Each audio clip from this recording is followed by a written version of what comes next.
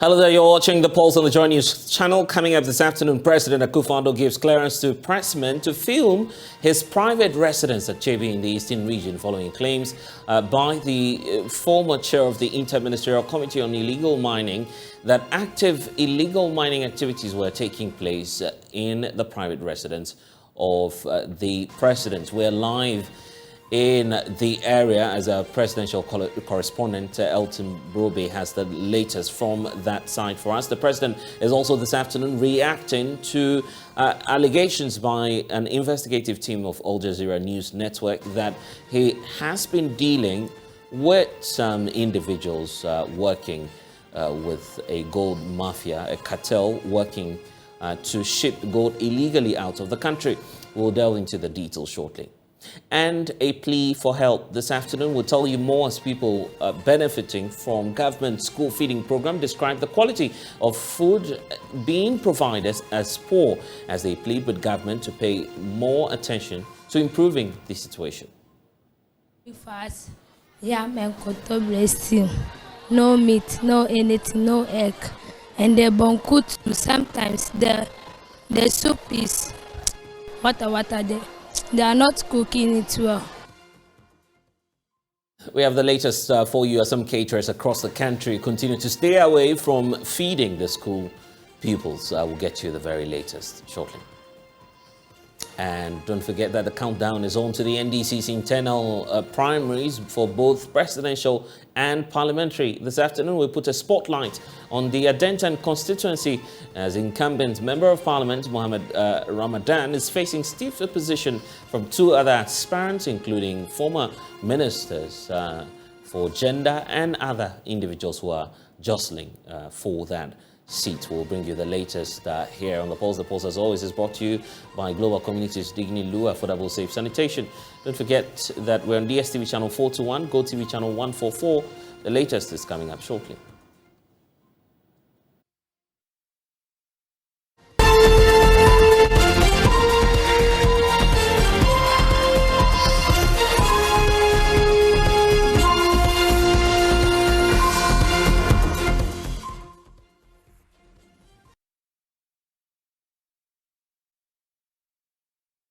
And you're welcome back. A bit of a breaking story for you. The President of the Republic, Nana Addo Dankwa Akufo-Addo, has been responding to some recent findings in an investigative piece released by Al Jazeera News Network, suggesting that he has been loyal to one member of a cartel illegally shipping gold out of the African continent.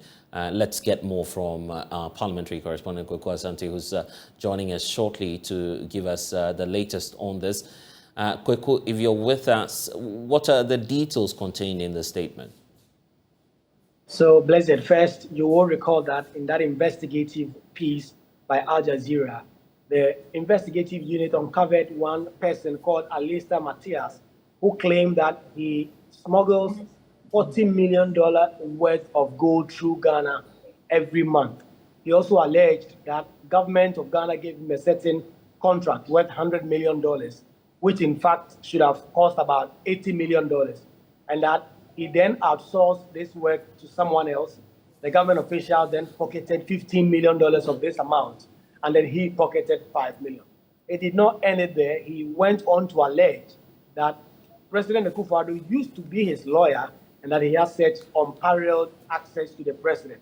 This is what the presidency has taken note of and say that it takes serious exception to it. Let me read portions of this letter addressed directly to Al Jazeera, signed by the executive secretary to the president, Mr. Nana Bedi Asante, setting out the issue. He says that, I am instructed by the president to demand formally that Al Jazeera Media Network retract immediately and apologize for airing an inaccurate and unfair documentary that contained spurious and unsubstantiated allegations against the president and the government of Ghana. The documentary in question made baseless claims that the president acted as a lawyer for one Mr. Alistair Matthias and implied that the president personally benefited unlawfully from an alleged $100 million state infrastructure contract reportedly awarded to Mr. Matthias. In his letter dated 11th April, responding to Al Jazeera's letter of 2nd April, the legal counsel to the president, Mr. Cole Esuma, acting on instructions of the president, informed Al Jazeera that the president had not been in private practice since the year 2000, and that the president had no recollection of acting as a lawyer, either personally or through his law firm, Messrs. Akufo-Addo, Prempeh & Co. for Mr. Alistair Matthias, or his company, Galdrest Resources. In the circumstances, further and better particulars were demanded from Al Jazeera to respond adequately to the allegations made in the documentary. Al Jazeera was thus requested to provide information on the period for which the president allegedly provided legal representation to Mr. Alistair Matthias or his company. Furthermore, Al Jazeera was requested to provide details of the 100 million tender for state infrastructure, but Al Jazeera has not done all this. The presidency continued by giving out a deadline that within a week, 7 days of receipt of this letter, they expect Al Jazeera to retract and apologize for what they describe as an unprofessional piece of documentary. Let me read that. Yeah, but do we know what's likely to happen if within this 2-week period we do not have the international media organization retract that story?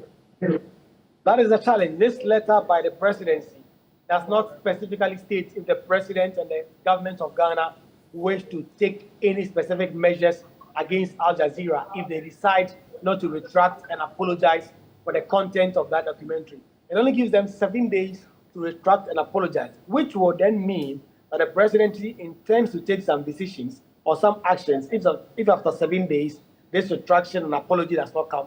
But this letter does not say so. The presidency may reserve the option of suing in Doha, Qatar, or any other international tribunal, but this letter from the office of the president does not say so, especially unless it says that 7 days, this specific matter must be let's try and put this into context for those who have not followed the Gold Mafia documentary itself by the Al Jazeera group. What was this individual head saying about the president? So 3 things. Alistair Matthias was caught on tape by this Al Jazeera investigative team making some strong allegations against other African leaders. He starts by saying that he has such a close connection with so many African leaders, it is be very difficult for any of these African leaders to turn him away. And then he goes on to make the allegation that in Ghana, a certain $100 million contract was awarded to his company.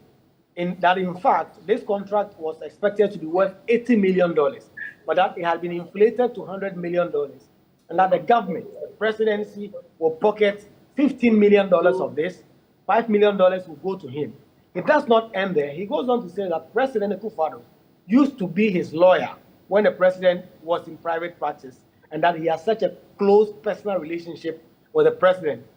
Some would say that he was peddling influence at the time, but that was what he was caught on tape saying.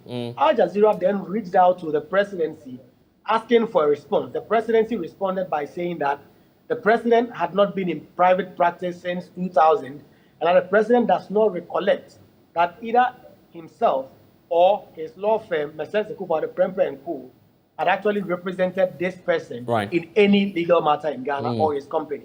And so that part was also broadcasted in the Al Jazeera documentary. In this latest statement that we have, do we have the president categorically deny the fact that he's ever met this individual or has been involved in one way or the other with him?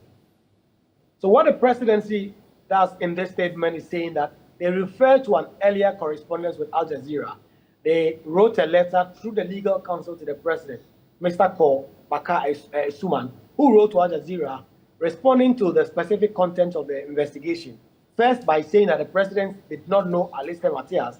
He does not recollect having represented him in any legal case. The presidency in this letter do not make any new claim as to whether or not those claims that were made by Alistair Matthias is true or not. They only rely on that response that he had sent in April to Al Jazeera, specifically denying that the presidency or President Akufo-Addo himself have been involved in any deal whatsoever with President Akufo-Addo. I see.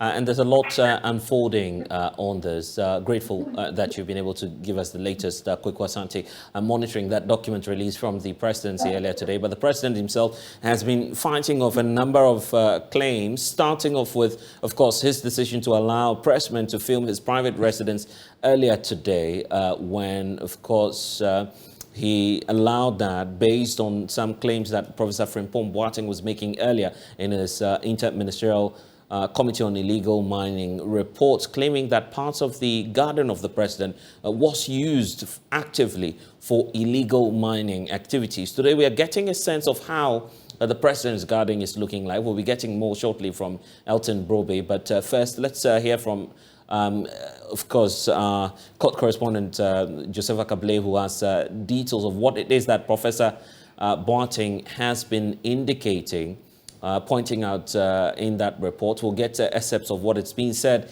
in that report for you. But earlier today, our presidential correspondent, Elton Brobe, was there in the president's private residence, giving us a sense of what transpired. So in 2021, Professor Kwabena Frimpong Boateng, then chairman of the ministerial committee that was responsible for stopping illegal mining, wrote to the chief of staff upon a request by the chief of staff to furnish the office on the work of the ministerial committee and then offer a way forward to address the issue of illegal mining or galamsey. Now, the response, which was supposed to be a confidential document, has become a matter of intense media scrutiny in the last few weeks because of the content in the report, where he alleged that some government functionaries were actually engaged in galamsey, frustrated the works of the anti-galamsey committee. But one key issue that came out was the fact that illegal mining was actually taking place in the residence of President Akufo-Addo at Chebi, the president's hometown. Now, page 29 of the documents makes reference to a call he received from somebody who works at the National Security Secretariat. And this call, the person said that somebody, and he described the person as the Chebi youth organizer of the MPP, had undertaken illegal mining in the residence, private residence of President Akufo-Addo at Chebi in the Eastern region. According to him, he followed up on the complaint and found out that it was indeed true, and that they had to quickly mobilize some excavators and bulldozers to restore the vegetative cover of the president's garden and also reclaim the land. Now today, we are at Chebi, the hometown of President Akufo-Addo, and indeed standing right in front of the president's private residence.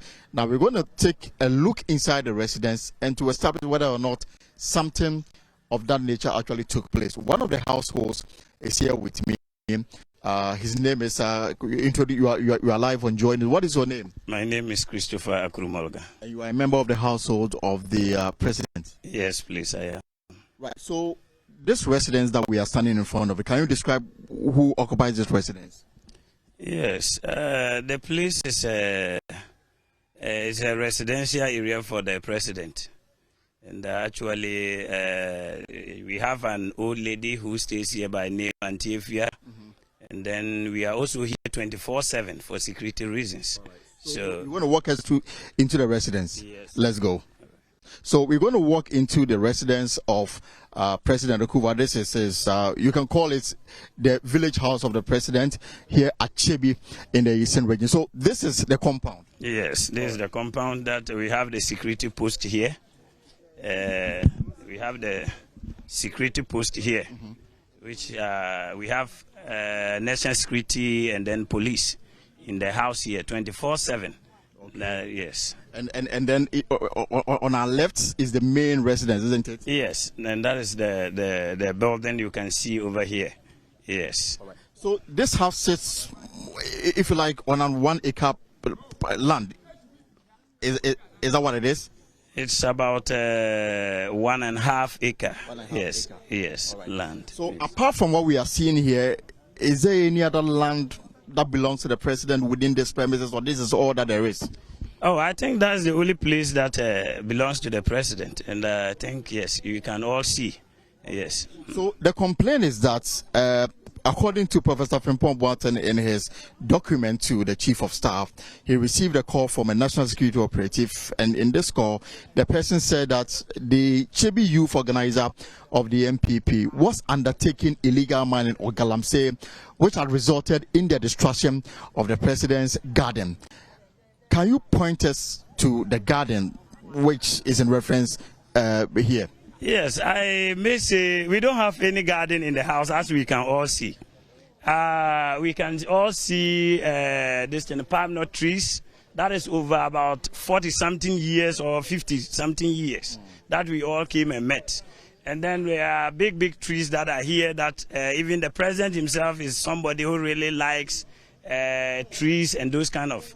So since I have been here, nobody allows to take even let me say, a leaf from a tree.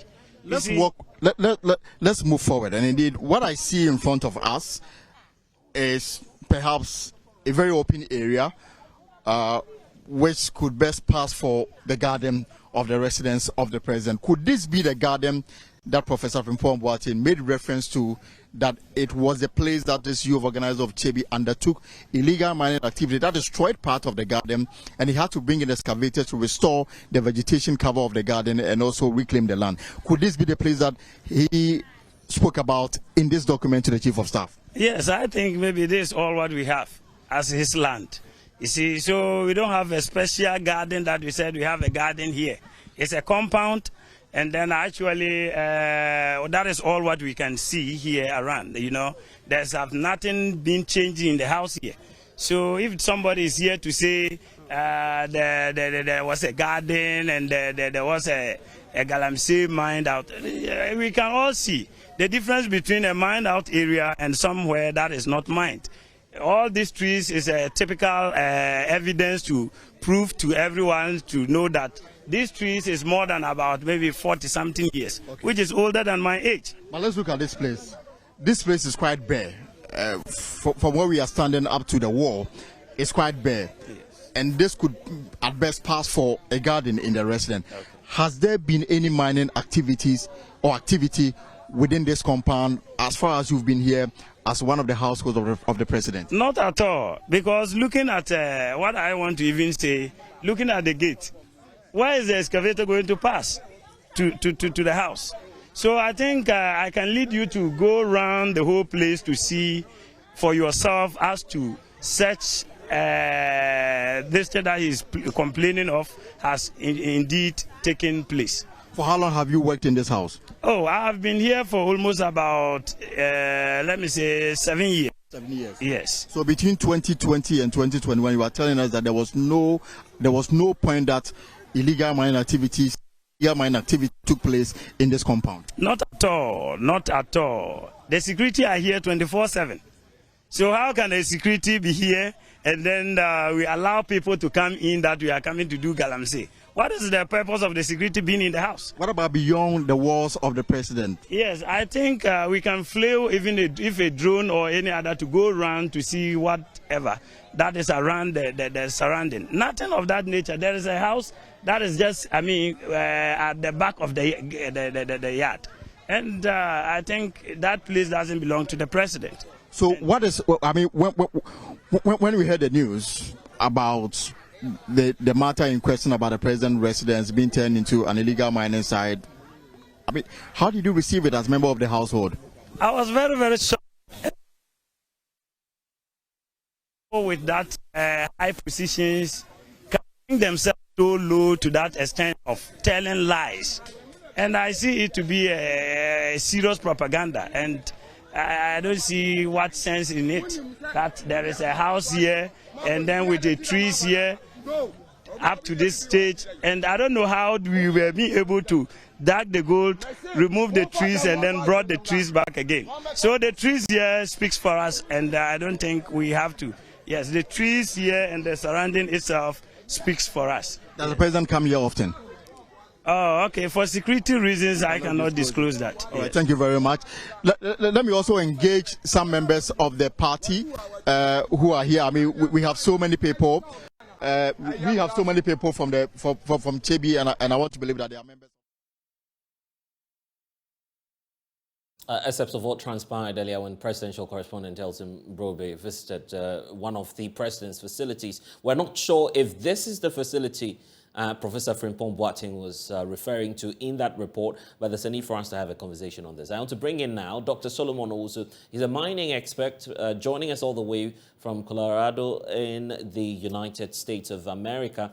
He's a mining expert, of course, has an extensive understanding of how these activities unfold. But just before we get into that conversation, Doc, I want us to understand the perspective of Professor Frimpong Boateng. And that's where my colleague Joseph Akable, our court correspondent, has been going through the document for us so we can understand what it is that the prof has been talking about. Joe, let's start off from the set garden that Professor Frimpong Boateng was talking about. Did he refer to a garden, and in which part of Chevi was he talking about? So I'll just go ahead and read specifically from what the report says. And this is captured, like Elton did indicate, on page 29 of the report. It reads that the impunity in the eastern region is exemplified by near unbelievable activity in Chebi. And he goes on to say that I had a telephone call from Mr. Eric Entry of the Office of the President, and he narrated that a youth organizer of the MPP in Chebi was excavating for gold in a field close to the house of His Excellency the President of the Republic. When we checked, it was true.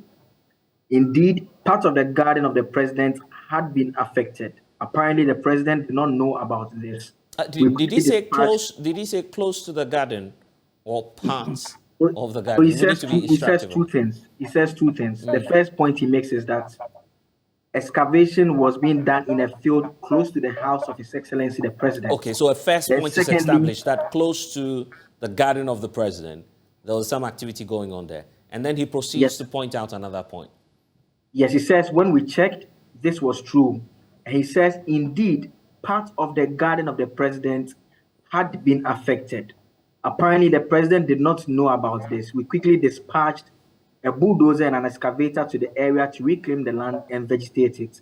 I need not say that nothing happened to the local youth organizer who caused the damage. And so the reference is, one, to a field close to the house, and secondly, the fact that it had affected the garden of the president. Okay, so these are two distinct areas he's talking about. A place, portion close to that of the president's garden, and then the effects having crossed over to a portion of the president's garden, as we're pointing out from this report. Interesting points there, of course, from Joseph Akable, giving us a sense of what's happening. But of course, there's a need for us to explain this. Joe, if you're still with us, one more issue, Joseph, before you go. The point about when the context and the time frame at which this report was issued. This is supposed to be a report that was issued in 2021, correct?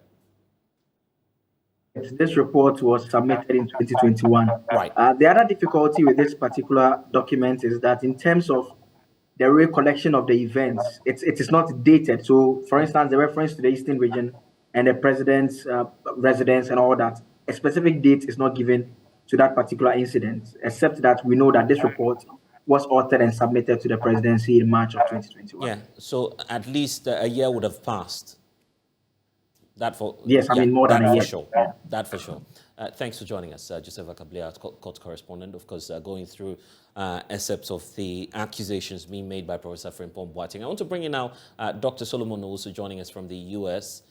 He is even at post right now as we speak, so it gives you a sense that he's very deep into these issues of mining. Doc, thank you for your time. Let's start off from the technicalities. What we see now is a field that looks very green. But if a land has been reclaimed, how are you able to tell, or otherwise? Yeah, thank you very much. I think reclamation is simply a process of improving a land or lands such that it can be used for more suitable intensive use. A land can be reclaimed such that you cannot determine whether it was even degraded. That is the difference between a land that is degraded and a land that had been degraded and reclaimed. It involves filling, leveling, and revegetation. So according to Professor Frimpong Boateng, they reclaim the land and revegetate it. So in my view, it would have been better for them to take Professor Frimpong Boateng there to see where they reclaim the land. Because according to the report, they checked and it was true that the land had been, degraded. Yeah, but we need to state that this is the account of Professor Frimpong Boateng alone. Yes. And you're saying we should have taken the prof there? Yeah, instead of taking party members and all these people there that I saw on your television, why didn't they take prof there to let them locate where exactly he went to check and it was true that he revegetated the place? That was what I think it would have been better for us to do, because a land can be reclaimed such that you can determine whether it was degraded some time ago. So that is the difference, in my view. So, and within which period? We need to also check out that technicality. If a land has been reclaimed, say at least within a period of a year, would you have any trace or evidence or whatsoever pointing out that some sort of mining activity are taking place there? Well, I think reclamation is the last stage of the mining cycle. After mining, processing the ore, getting the gold, selling and all that, you have to reclaim the land. So reclamation is the last part. Unfortunately, in Ghana, we don't see that thing going on, especially from the small-scale mining sector. That's where you see the lands degraded everywhere. So a land can be reclaimed such that it will be difficult for you to see whether it was once degraded.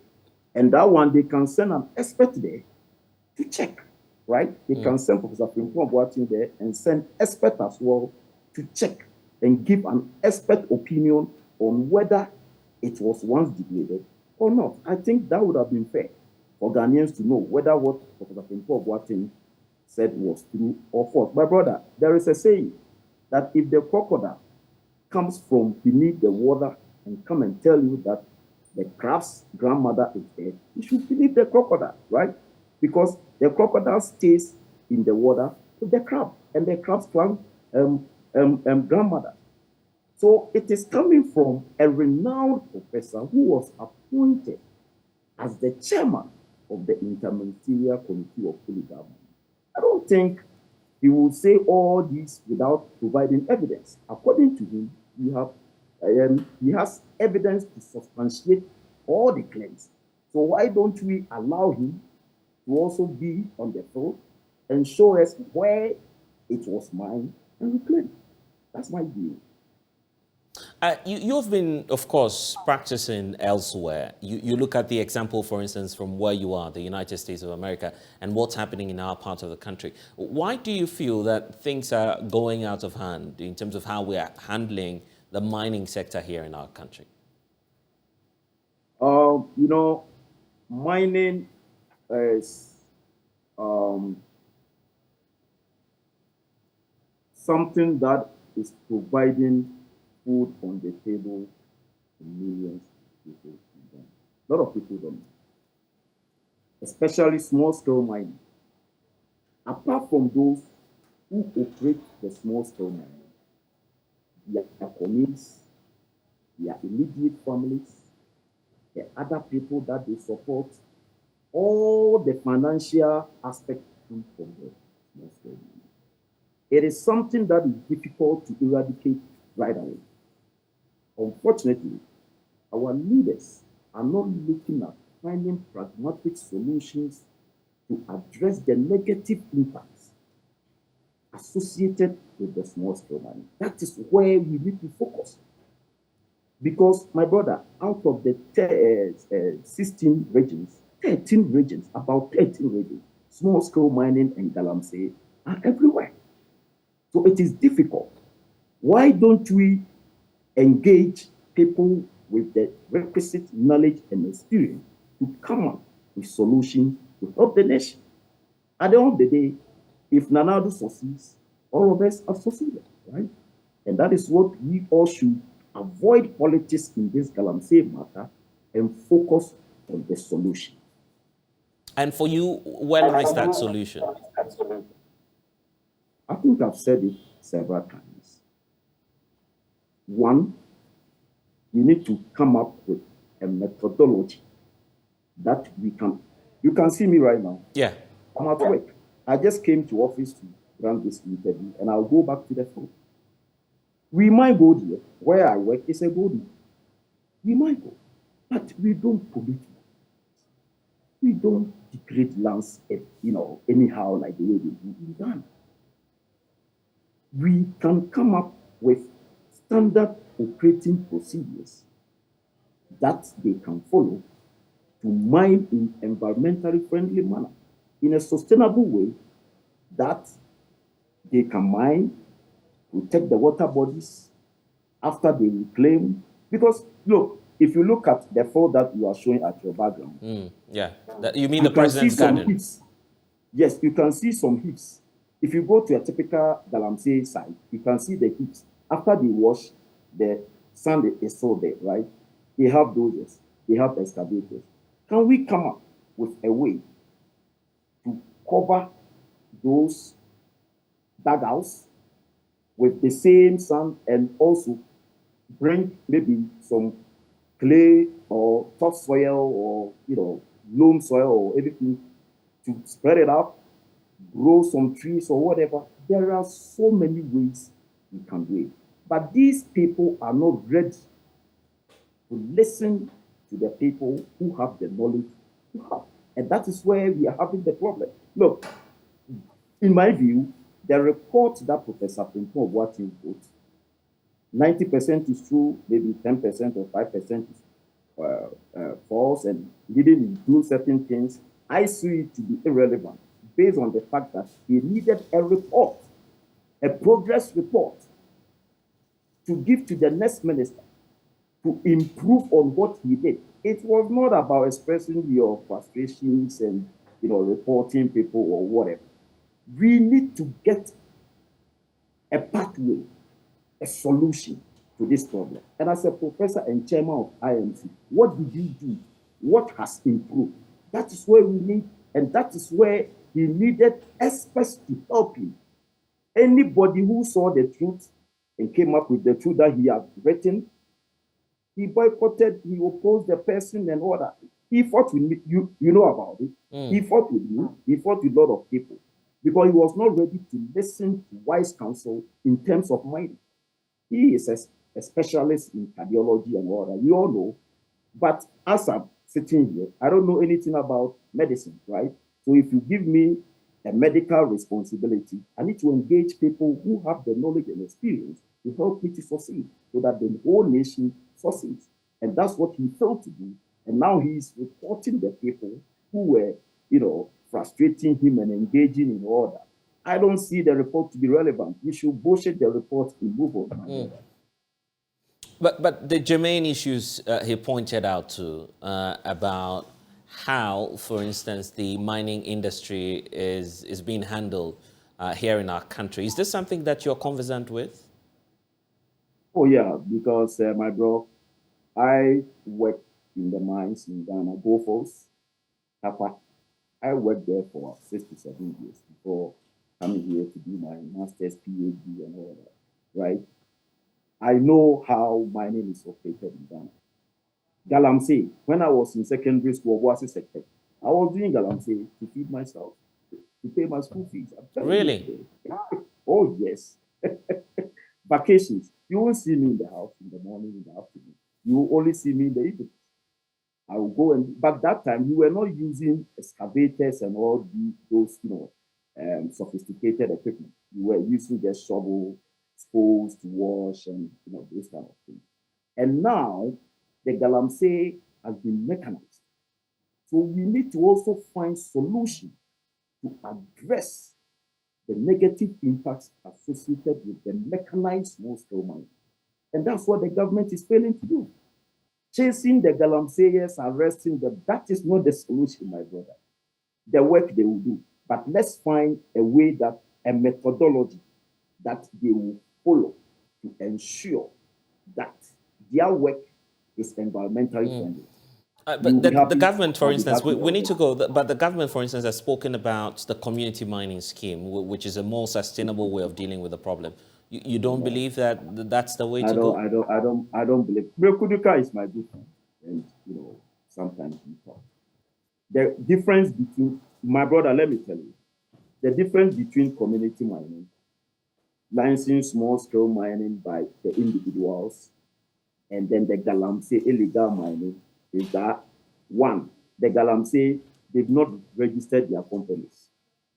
Community mining is operated by the government and, it's official. All these three categories, they all pollute water bodies and degrade land. My brother, take your informants to go to a community mining site, a licensed small-scale mining site, an illegal mining site, and see the difference. There's no difference. They all operate, they all extract the gold with the same method. So they all pollute water bodies, degrade lands. And that is what people don't know. There is no clear distinction between the three. They all do the same thing because the method that they follow is not the right way to mine. They are all not mining sustainably. So if Mrekuduka, he's my own friend, if he comes to you and tell you that the community mining is improving the environment, tell him that your friend Dr. Solomon Usu is telling him he's a liar. Tell him.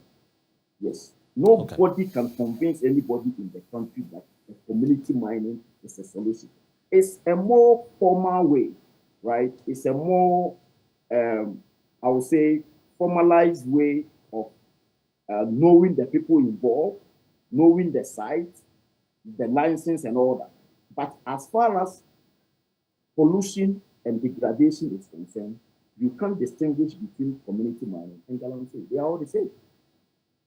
Interesting revelations there. But I'm sure that in the coming days, we'll definitely interact some more on what's happening. I'm grateful, Dr. Also, that you've been able to spend some time. You're still working, so wish you the best of luck for the rest of the day.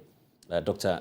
Solomon also joining us from the United States of America there on issues of illegal mining. Well, the Lands and Natural Resources Minister, Samuel Abu-Jinapor, has today been speaking on this controversial matter.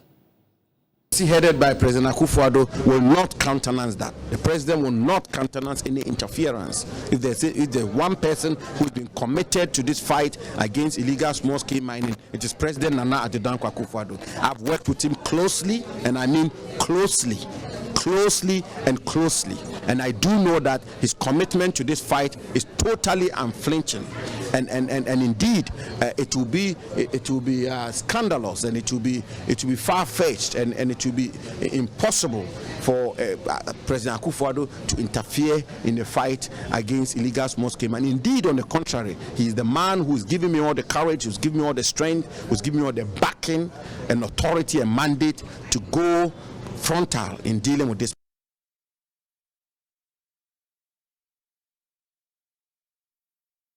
And be sure to catch some updates on these issues relating to illegal mining later on in our subsequent bulletins. You're watching The Pulse on the JoyNews channel. When we return, some pupils in some basic schools across the country have bemoaned the poor nature of food being provided under the school feeding program. We'll tell you why they are appealing to government to increase funding for the program. It's coming up here on The Pulse.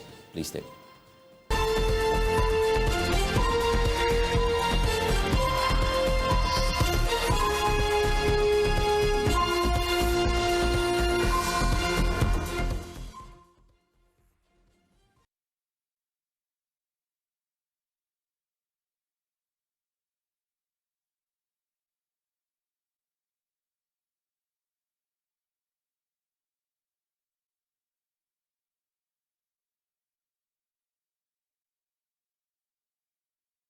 And you're welcome back. Non-professional teachers currently engaged in private and public schools in Ghana have been giving up till the end of May to sign up for skills upgrade in teaching methodologies. They will lose the right to teach in schools, especially the pre-tertiary level, if they are not, of course, compliant with the directives. The National Teaching Council puts the number of such teachers in Ghana at more than 120. So let's get into this whole policy directive and get some explanations. Lawrence Sapong is the Deputy Registrar Operations and Francis Adai is the Director Licensing and Registration at the National Teaching Council. They are all joining us to talk about this. Thank you, gentlemen, for your time here on the Pulse. So what is bringing, first of all, about this policy direction that until the end of May, if teachers don't comply with this regulation, they may lose their licenses? Thank you very much. The National Teaching Council is the agency responsible for professionalization of teachers in the country. And over the past 5 years, we've taken steps to issue license to the professional teachers, those who have been trained in the various colleges of education and teacher education universities. But we have also seen that there's a portion of teachers who are working in our schools and yet have not been trained as teachers. However, the act that we are using mandates such individual to also obtain authorization so that they can function as teachers. The reason why we are taking steps to see how we can have data on them and then organize pedagogy training for them so that we can give them such authorization. Is this a long-standing practice, or you are now bringing this on board? The National Teaching Council started operating way back 2008, but we have come up with a new act, that's the Act 1023, Education Regulatory Bodies Act, which was enacted in the year 2020. And in that act, we have two categories of teachers. That the trained and then the untrained teachers.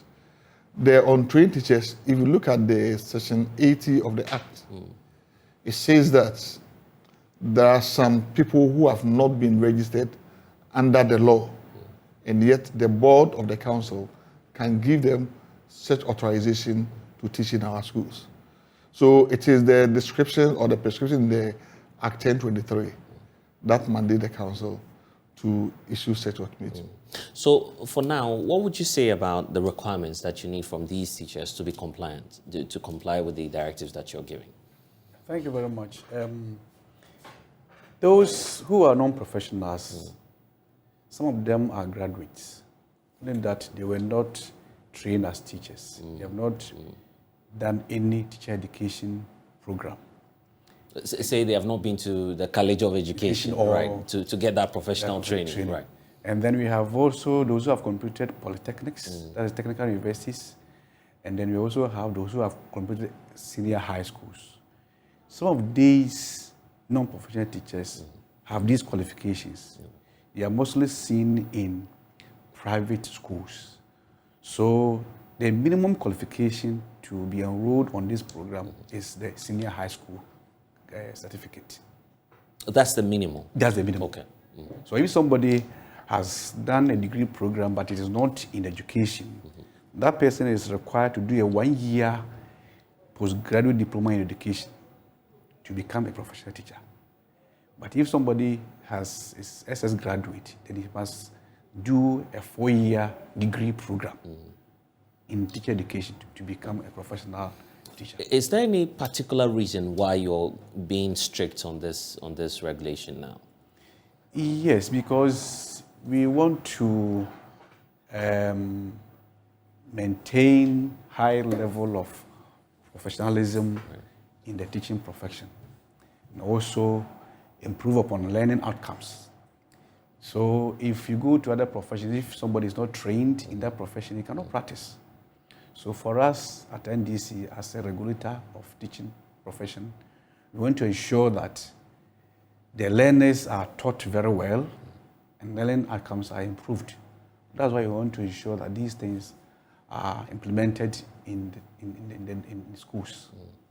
But how is this feeding into the whole change and reform you're bringing into teaching and learning within the education sector?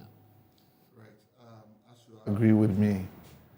No nation can do well in education if the teacher workforce is very bad. So with all the policies that we are putting in place, we see the teacher as a pivot within which all these policies are revolving.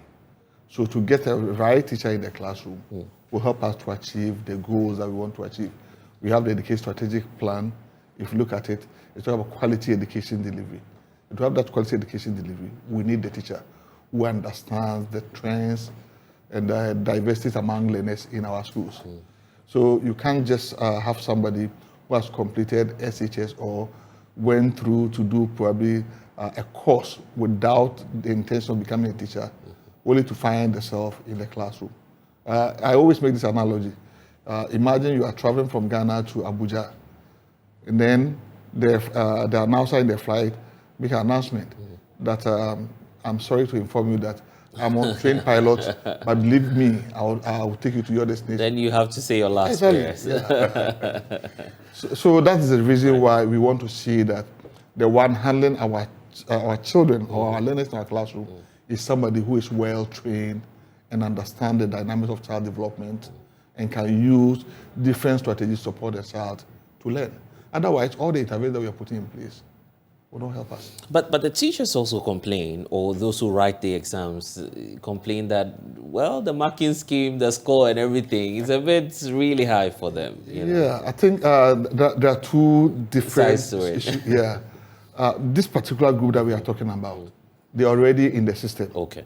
But they are not trained teachers. And we are saying that we don't want to sack them from the classroom. We want to organize short training for them to understand how to practice as professionals. Right. And once they do that, we give them a permit, after which they are required to go through the teacher training program.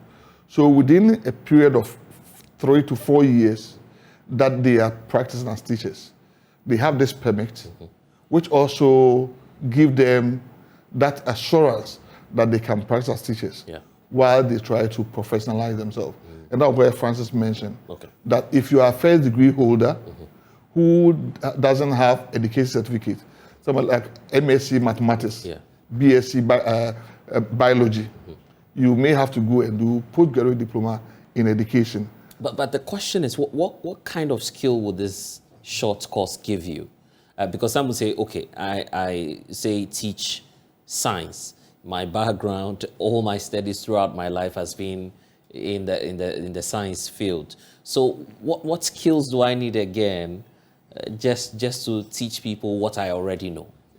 I have taken personal effort to conduct some assessments. And sometimes the kind of questions we give to our learners will determine how they will grow in terms of their thinking capacity. Right. You look at 10 questions that have been administered to a child, and they all measure lower learning thinking order. When that happens, the child will never develop the critical thinking mindset that we want. So we expose teachers to how they can conduct various forms of assessment that will help our learners not only become rote learners, but learners that can solve problems within their community. Apart from that, you agree with me that no two persons, if from the same mother, think alike. So we have individual differences that these teachers must be exposed to. So the nitty-gritty of the teaching profession is there, which they are not exposed to. So we are using this short period to at least orient them that whilst you're holding forth for us, you need to understand child development, assessment practices, how learning styles, and how you can even use teaching learning resources to support the learners, how to design a learning environment that will help the learner to even learn better. But that is not enough. That's why we are saying that after getting this permit, you have to take conscious effort to also professionalize yourself by going to teacher education program. And believe me or not, NTC, we also regulate the teacher education training program that takes place in the universities and that of the College of Education. So we know the kind of training that you will be giving. Yeah. I'm just learning that not all teachers are teachers. there are differences in them. But some would say it's just a short period. Francis, how can they take advantage of this window that you're creating for them? Yeah, even though it is a short period, but the content is very good for them. Okay. They are going to do 6 hours in a day and for 6 days, at the end of which they will be assessed, small assessment, to ensure that they meet the minimum competencies that is required of them. And then during the training, they will be taken through how to teach. They will do peer teaching. Assessors will be there and direct them. So it's just as though you're taking them back into the training colleges where you give professional training. Yes, even though it is short, but it is compact. So they will do teaching practice for us to observe and comment and then correct them. So all these things are packaged in the training. So there will be peer teaching, there will be teaching and learning material preparation, there will be questionnaire skills, and then how to assess even learners. Sometimes we go and look at someone, even though they think that they are doing well, but if you bring a professional, you see that there are certain things that they are not doing right. So within the short period, they will be taught how to manage the classroom, child behaviors and other things. So it is short, but it is very, very... So is this open to all teachers within the pre-tertiary space? Yes, every teacher who is not qualified and you are in the classroom teaching, it's open to you. So once they acquire the certificates, they are cleared now to teach? They are cleared to teach, but the law states that you must take the necessary steps to become a professional within that 3 years, because the authorization is valid for 1 year and it's renewable for 2 other years only. So when you need to break that down, Lawrence will come in later. Just break that down. When after the training, NTs will give you the authorization to teach. Teach, okay. So when you get authorization, you must take the necessary steps to become a professional teacher. Okay. Either you embark on distance programs or you go back to college. But this one, because you are teaching, it can be done on sandwich basis. When schools are on vacation, then you'll go to school and come back. So within the 3 years, you are done with any distance program that you want to. But if you are a degree holder, you need only 1 year, which is 2 semesters to top up. So this is what we have for them. If you take it and you stay away, the law says that within the 3 years, if you're not taking any steps to upgrade yourself, the authorization can be withdrawn. So it lies on the non-professional teacher to get enrolled and become a professional. Within that period, ensure that you become a professional. But within the 6 weeks, is it within this May period that you're carrying out this training? Have you spoken to the heads of the institutions where these teachers are, so they are giving the free will to at least come spend 6 hours and do that top up? Is it something that they can easily handle? Oh yes, we've had series of meetings with their leaders. So we had just recently, 3rd to 7th April, we had a similar one at Augusto Senya East District. So it was during their vacation. We normally do it either on weekends or during vacation, when the students are not, the pupils are not in schools, so the teachers can get time for the training. Lawrence, how would you respond to claims that you're simply targeting those who haven't had the benefit of going through the colleges of education, and that you may lose many more teachers when in fact data shows that we need more of them in the system? Yeah, I can tell you that we have more trained and licensed teachers who have not been engaged by the public sector and looking for job. So so there's no way, if these people don't turn up, we will lose teachers. Recently, UK opened employer for teachers, and they call us that over 15,000 teachers have applied. And which means that some 15,000 may soon leave if they get the opportunity. But if you look at the number of teachers that are trained by UCC alone, it's over 100,000 every year. We have Winneba, KNUST, we have UDS, University of Ghana, Valley View. We have so many universities that are training teachers. So it's a thing of the past where we were entertaining non-professional teachers in the system. But what I want to quickly say is that we have licensed all the professionals. This one is not a license.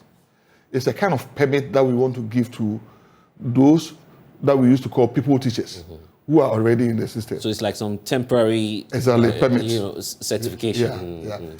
And we license them to practice in a school. So it's the proprietor that will take the steps to populate the list of the teachers who are recruited or engaged in the school but are not professionals on the platform. And once that is done, the teachers will go to the platform to complete their application and make the necessary payment. That the school made the necessary payment. So when the school made the payment, you go through the training program, and when you are done, we license you in the name of the school. So that permit cannot be taken to another school. So if I'm to understand this will even affect the private institutions, the private schools as well? Yes, so it's for teachers in both private and public schools. And it is to the interest of the proprietor. If a teacher is licensed to your school and that permit doesn't work when the teacher moves from that school, it means that the teacher attrition in the private sector is going to be reduced. Which is to their interest. And the private school teacher, you also now hold a certificate that shows that you are employed in a particular school. If you're also engaging with loan facility, at least that credibility is there for you. Even when you are filling a form, that shows that you work with an agency organization, at least you have the credibility to justify that. So how can teachers, who are watching us now, especially those in the private sector, roll onto this short course? And do you require some qualification, minimum qualifications, as you were pointing out earlier, for one to roll onto the program?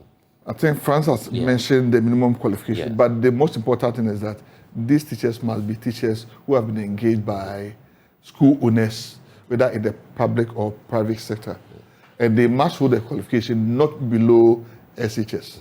But are there some, that's why I'm asking if there are some other factors you'll be considering, or you're opening this up to anyone at all? It's open to those who have been recruited by school owners and have qualification not below the SHS qualification. And as we said, the 250 cedis must be paid on the portal for us to guarantee that the person is ready to go through the training. We'll give modules to the person. Everybody will get a manual. Even if you are not able to go through the training successfully, you still have the manual to guide you. Oh, some may not be successful? Well, this is a packed training, and learning takes longer time before you can get the impact. So those who may not be able to go through successfully due to illness or unforeseen circumstance, still have the manual that they can. Will you fail some of them? It depends. Let's wait and see. That's what I was heading to. Yeah, we are encouraging them. You see, it's not be pleasant for you to see that a teacher handling your child does not qualify to be in the school. We've all seen the effect of a bad teacher in the classroom. Right now, if you look back, some of the concepts that we were introduced to, the way they are now, if you have gotten them right from the beginning, So we encourage the private school owners, importantly, because for government GES, it's easy to handle them. But the private school owners, they have to come on board. Because after this exercise, the act says that even those who will get the permit is renewable every year for not more than 2 years. So within the 3 years, you have to take the necessary step to be licensed. If you don't do that, the council has the right to withdraw the permit from you. And withdrawing it from you means that you can no longer practice. Absolutely not. But Francis, it's like those who have taught us in the past, you're taking them back to the classrooms. You are setting exams for our teachers, and on top, you want to fail them. So, I mean, this is going to be a tough time for teachers, or you think otherwise? Oh, no, it is not going to be a tough time. In fact, we are not taking them back to the school. Those who taught us, some of them were trained teachers. The target is for the non-professional teachers. If you go to a school You can have, even in the private schools, some are trained teachers, but they choose to be in the private sector, and others are in the public. So the target is for those who have not been trained as teachers. It is not to sack them, but just want to encourage them to update their skills and knowledge in so that they can practice at wherever they want to. Yes. So, and we are not saying that they are not writing the Ghana Teacher Licensure Examination. The GTLE is for those who have done teacher education program and they want to teach. Okay. They write the licensure examination. This is not licensure examination. So it is an assessment that we do. And we have various forms of assessment. The intention is not to fear somebody, but to ensure that you participate fully and get the concept right. But after this training, if within the 3-year period the teacher acquires their certification, will they still be subject to the licensure? We are now being trained as a teacher. So they will still have to write. We have to come back and write. So they're back to another examination. Yes. Wow. That one, we are now being trained as a teacher. A 3 or 4 year program. So you must join that professional body again. Perfect. So it will mean that at the end of the day, every single teacher that will be in our classrooms would have acquired a license to practice. Is that? Yeah. Right now, if you go to most of our schools, we've licensed over 310,000 teachers across the country. Already? Yes. And these are the professionals. Yeah. Those who didn't write the examination, 310,000. And we said the license examination also in 2018.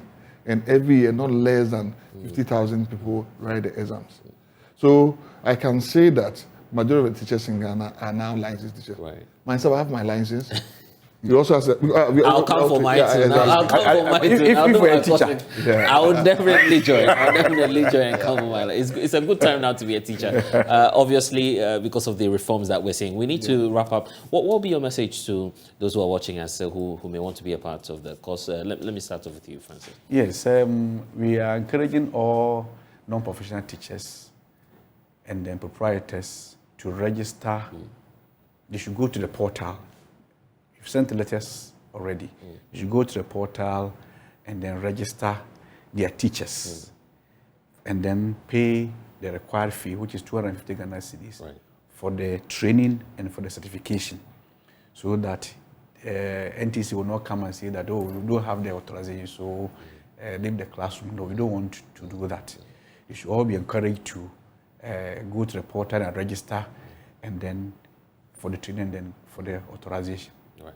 And for you, Lawrence? Right. If you look at the Act 1023, Sections 79 and 80, it prescribes offenses for those who don't comply with this law. So I encourage the teachers to take this SI seriously, and also encourage the school owners to also take this SI seriously so that we can get our teachers counted.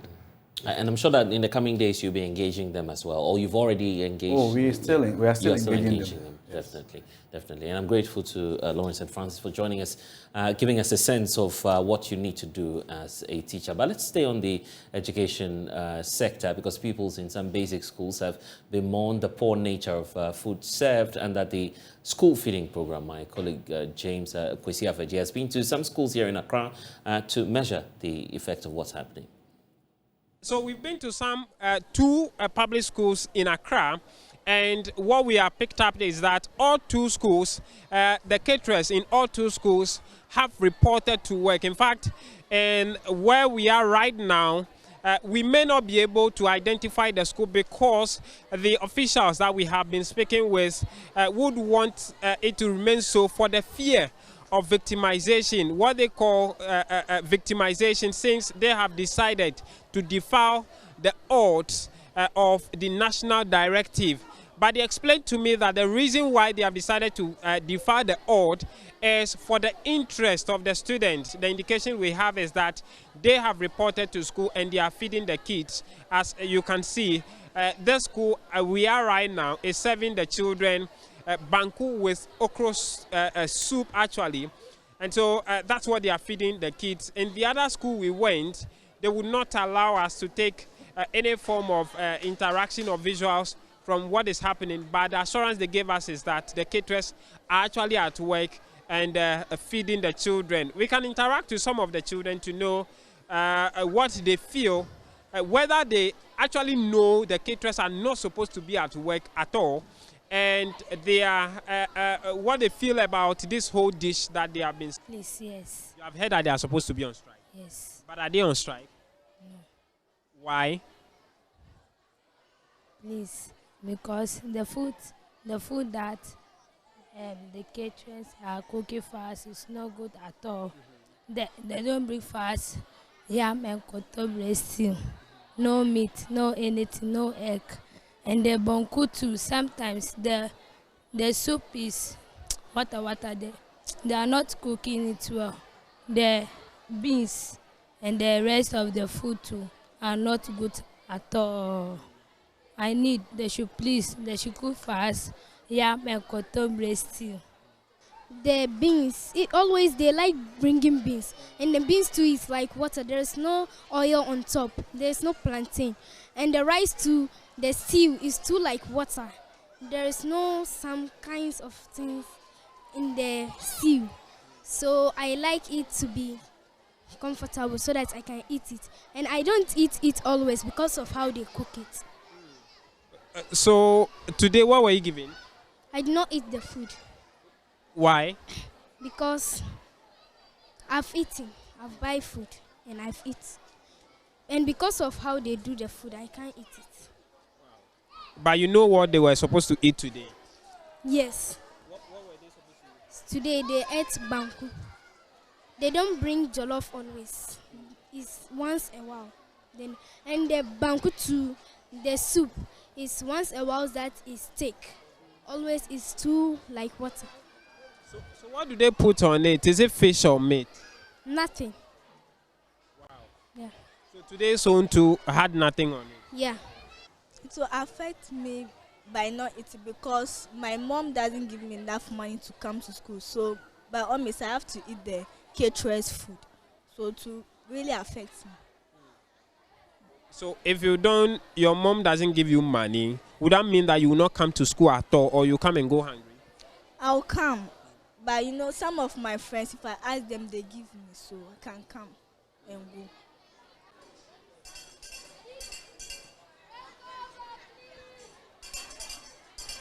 So you just heard the bellboy ringing for break over as the students are entreated to go back to their classroom after being served with the school feeding food. So that's the situation here in some of the schools that we have been visiting around Accra on today, as the caterers, school feeding caterers nationwide, have declared a strike beginning today, Thursday, the 27th of April 2023, until their demands from government are met. For Joy News, my name is James Kwesi Aveji.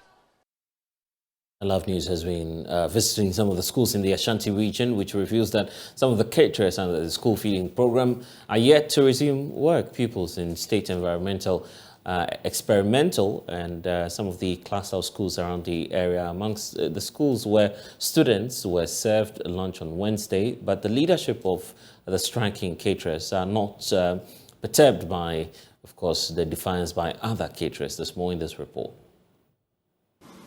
I think it's 1 out of thousands because looking at Ashanti region, we are 600 or more. And if you see one person or two people cooking, it means that it's 1 out of 1,000. And I also believe that those people, they have advantage over the poor women because they know how to get their money, and that is why they are comfortable doing it. Otherwise, I don't see why they should cook.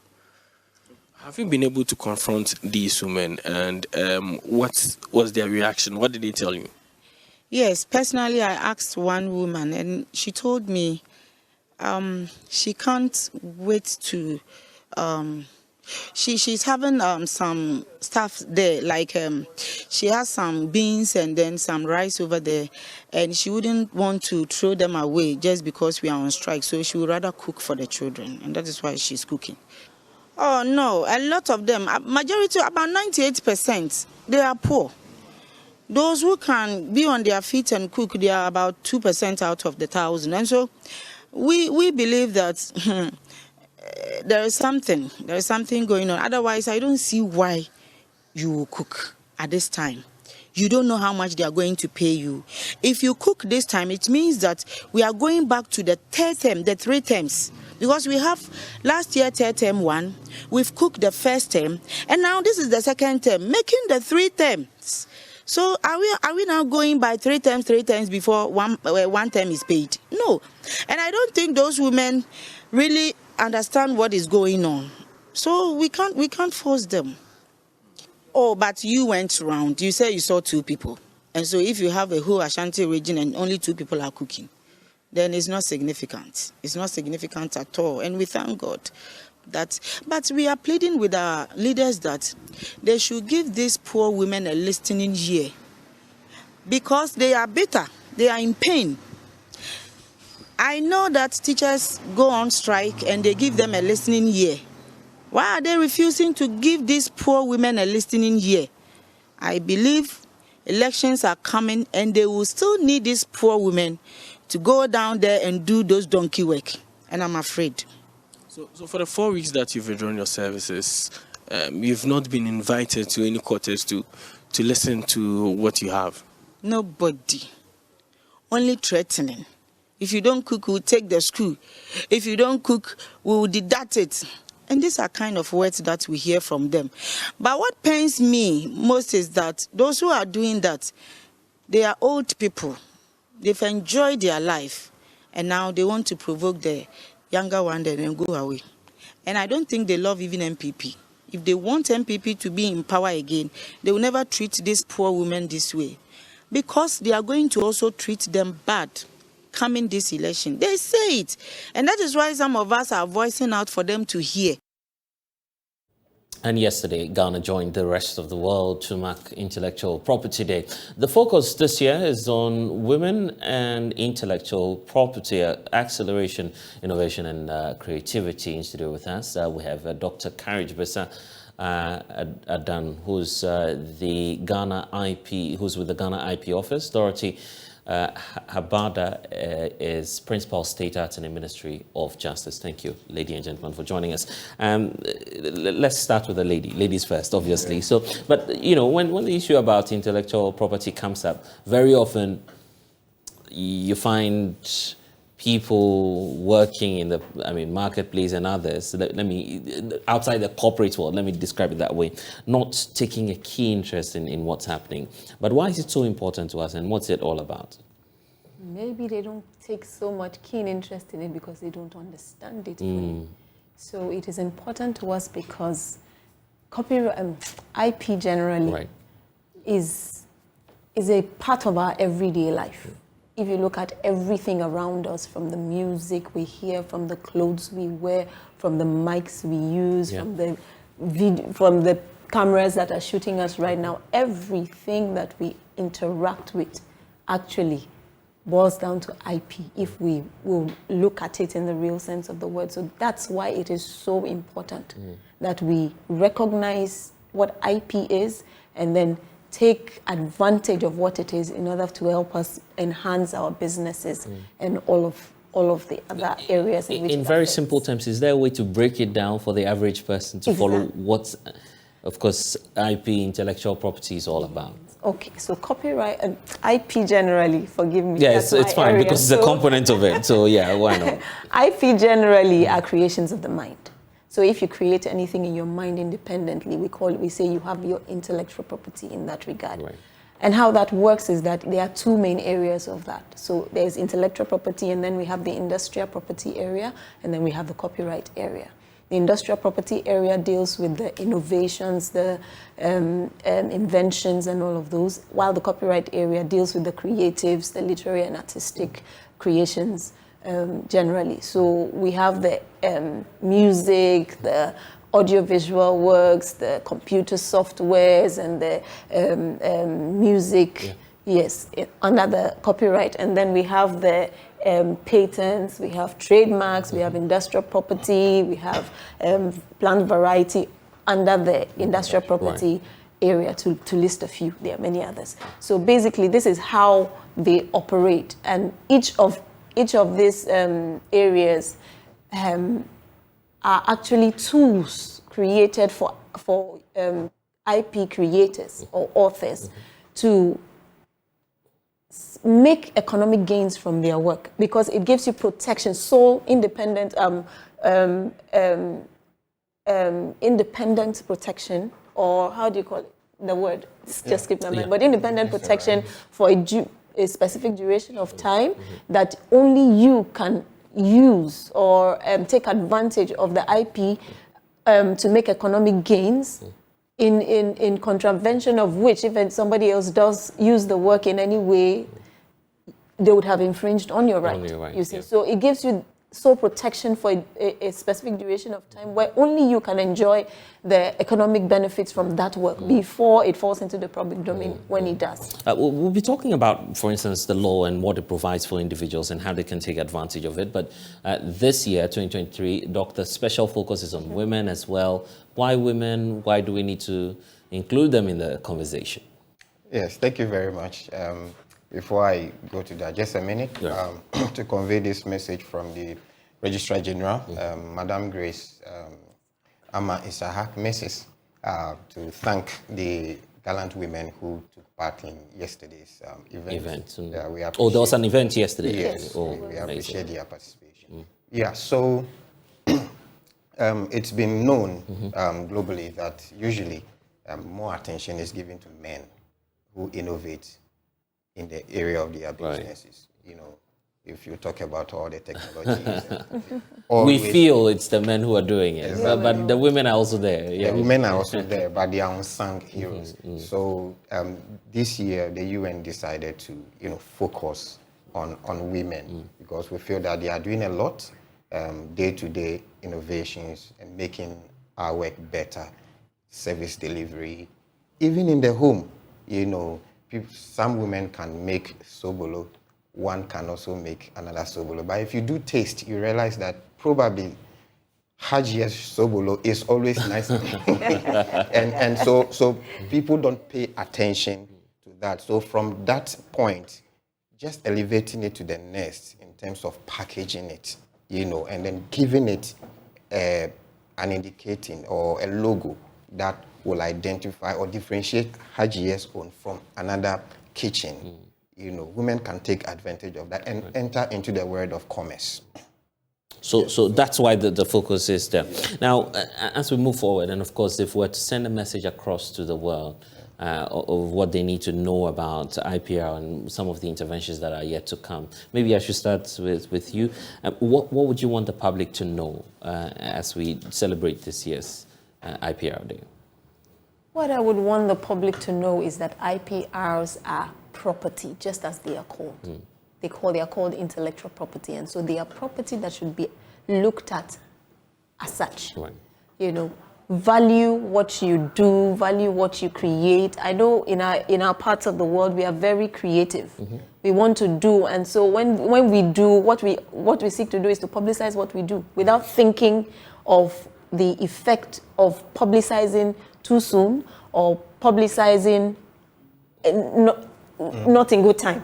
You get it? So we don't think about that. But then the thing is, we should look at it as such and take advantage of the tools that have been made available to help you make the most of what you have created, of what you have innovated, of what you have been able to put together. It's property, just like any other property, like a house, a car, you own it. So you make benefits from what you. So if we are able to understand it as such and to deal with it in that regard, then I think we will make the most of our creations. But if you talk about the laws in the country, do they make room for IPR? Absolutely, they do. The laws are there. It is the implementation of them and the information the understanding of what the laws provide that is the challenge. But the laws are there, and it is popularly known that Ghana has some of the very good laws. We have very good laws, but it is the implementation and the communication of the content of the law for the people to understand and take advantage of them. That is the issue. And Doc, I'm sure that you have a message for businesses to also join in, because that's where we can have a concerted effort at promoting IPR. Yes. So quickly, 3 things. We want to communicate or convey this message to businesses, no matter how small or big you are, to know that IP is basically got to do with your innovative ways you introduce daily, in making your work either a new way of doing it or enhancing the way you do it. And then secondly, if you are able to come out with that kind of new ways of doing it, don't be quick to let it out. Take steps to protect it or kind of guard it away so that it doesn't get into the wrong hands. And then thirdly, the IP office is open. Our doors are open anytime you are thinking about any kind of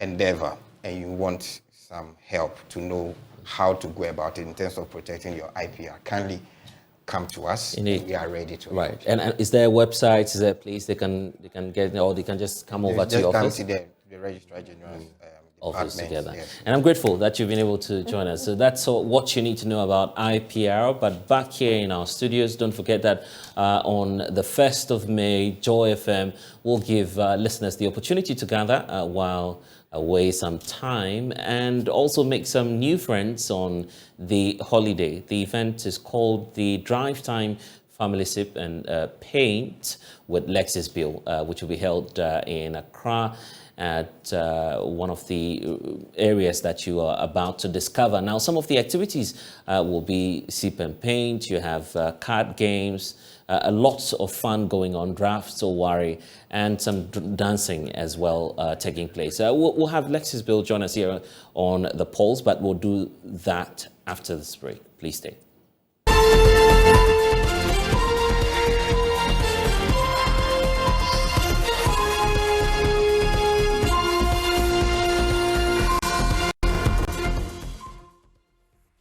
As I was talking about it, the man himself is here to explain that to us. Alexis Bill is joining us to talk about the big surprise on the 1st of May. Why the 1st of May? It should have been the 1st of April. We those who are the April guys. Well, you had a lot of holidays in April, so please. No. It was a blessed month for you. No, please. But, we've had a couple of very long weekends this month. And another one is coming, and that's this weekend. So we thought that 1st of May is a holiday. Yes. And when it's a holiday, sometimes we're spending time with family at home or looking for very good activities to do. So we thought that, we need to bring our listeners together. Do something exciting, do something fun. And good thing is, this event was actually put together by the listeners. We said, okay, it's a holiday. So you keep getting calls, Lexis, try and organize something for us. Basically, I just was like, look, I'm on the radio all the time. You're on TV all the time. You hardly get to see the people who watch you and who listen to you. So I'm like, look, I want to see you guys. I want to interact with you, on a personal level. We want to have an intimate session where we're going to get together, play some fun games, do some painting and all. Actually, the painting idea came from them. Some suggest beach and all that, but we decided on doing a sip and paint, where everybody's going to get their canvas to paint something. And good thing is, you don't even need to be an artist. There are these therapists who, we call them art therapists, who would actually guide us on what to do and how to paint and all of that. But it's really a bonding session, a fun thing to do on a holiday. Friends, family could come together. Listeners of Drive Time, viewers of Joy News can all come through as well. So that's why we decided to put together the Sip and Paint on Monday, which is a holiday. Okay, guys, sip, paint, and dancing. And the dancing has to come up. Lexis is eliminating dancing for a very good reason. You get to find out when you're 10. You're stressing on the dancing a little too much. Oh yeah, dancing is good, Okay. We know you have some good dance moves, right? Can we change the topic? Let's talk about global warming.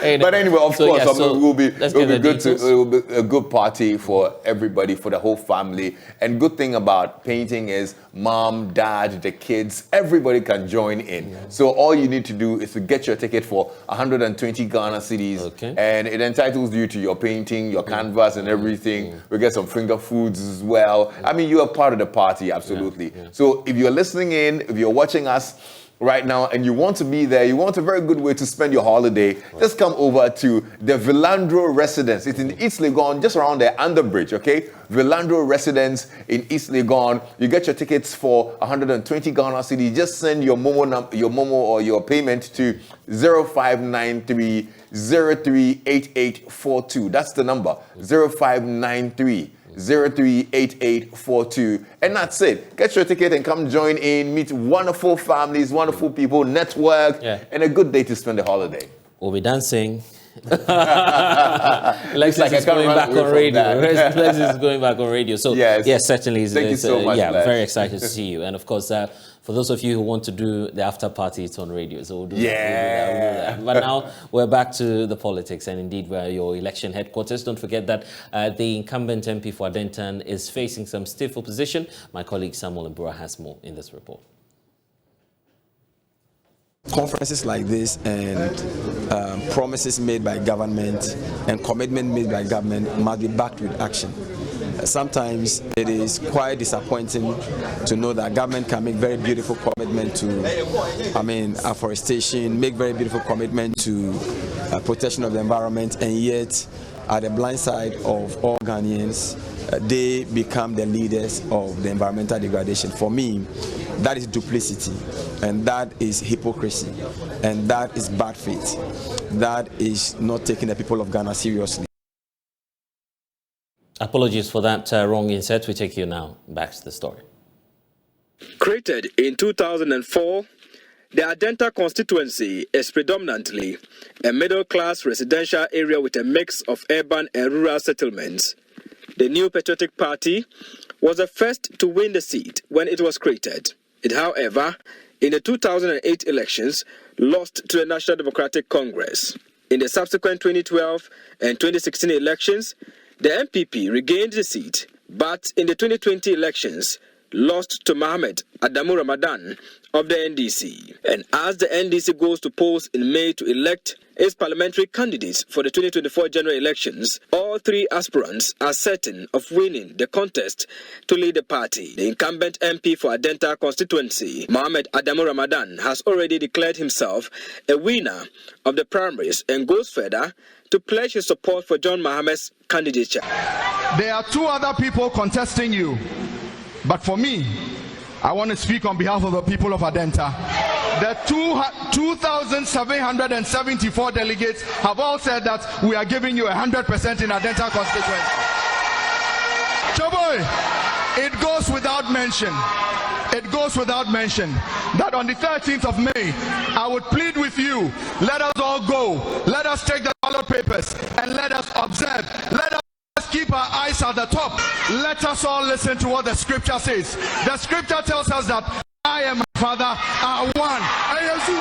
But he's facing a stiff contest from former Minister for Gender, Children and Social Protection, Nana Oyebampo, and Linda Asibiawuni, an engineer by profession and a first-time contender who is already pulling some crowd behind her candidature. According to Nana Oyebampo, who is contesting the primaries for the second time after losing to the incumbent in the 2019 primaries, she has the integrity and vast experience to lead the NDC. Her major target is to create jobs, especially for the youth, if elected. Nana Oye is here to serve the people of Adenta. Nana Oye is humble. Nana Oye is honest and has the integrity and has a vast experience in politics, in law, in public service, in parliamentary work by virtue of the advocacy work that I did. I'm here to serve the people of Adenta. I'm here to ensure that our infrastructure is improved, that we have a tertiary hospital, we convert the school junction into an ultra transport terminal, that we also have a second senior high school at Adjiringano. I'm also here to ensure that we get jobs. The youth, we have a lot of youth in Adenta.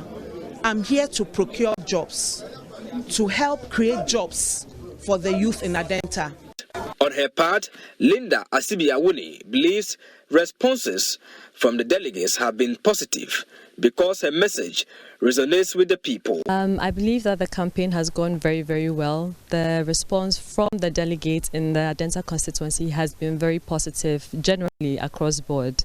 Our message has been well received. I believe that what we are selling to the people is a campaign of action and not promises. So it's something that the delegates of Adenta have been well pleased in. I am 100% ready. I believe that prior to putting myself into this competition, I have done my homework, I have done the studies on the ground. I know the problems of the Adenta delegates, I know the problems of the Adenta constituency. There's so many things that we're bringing on board, which especially is centered to the people, so that the people benefit from all our projects and initiatives directly. So this is the NDC constituency office for the Adentan constituency. We are here to find out how prepared the party is ahead of the May 13 parliamentary primaries of the NDC. I've been speaking with Larry Akins, who is the constituency secretary of the NDC. He says all is set and they will ensure that a level playing ground is created for all the three aspirants. And for preparation, yes, we are putting all things that will be needed on that day. We are putting them in place, and so we are well ready. We are poised to make sure we can put this election. We'll put everybody on a fair grounds or a level playing ground, so that whoever wins, there wouldn't be any issue. Are there some challenges that you have faced or you are facing so far that you are dealing with? Well, it is obvious that, when you are going through elections, there are minor things that you may go through, yes. But like I said, the tensions are high, the expectations are high as well.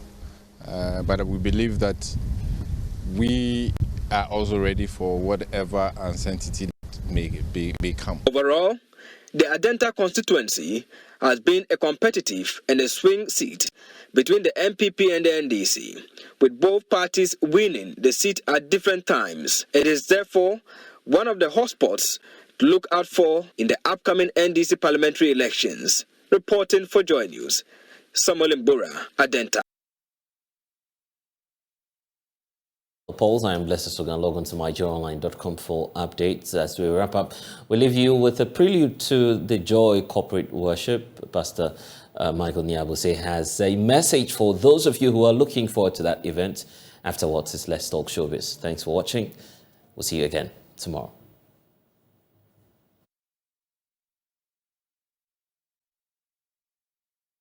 When you check Psalm 50 and the verse 5, God's word says, "Gather my people unto me, those who have a covenant with me by sacrifice." So as Joy, we have decided to be the ones gathering God's people, and we know God's people are everywhere, especially within the corporate institutions. We know that there are God's people there. God's people are here. You are God's child. You are God's child. Somebody else is God's child. And we are the ones doing the gathering from all walks of life. Let's come and appreciate the Lord for how far he has brought us. I was telling somebody, the last time, there are many people to today who even believe that there is no God.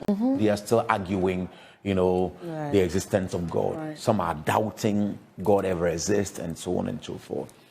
But there is also a category of people who believe that if it had not been for the Lord, where would I have been by now? If, but for the Lord. And those are the people of God. Right. Scattered all over.